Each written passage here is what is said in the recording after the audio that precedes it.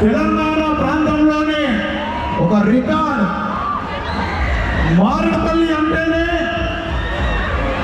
శివసత్తుల శిఖరాలు, శివుని తాండవాలు, రంగురంగుల విద్యుత్ అలంకరణలు, పూల సెట్టింగ్లు, పలారంగుళ్ళు, చిన్న పిల్లల అమ్మాయిల ఆటలు పాటలు.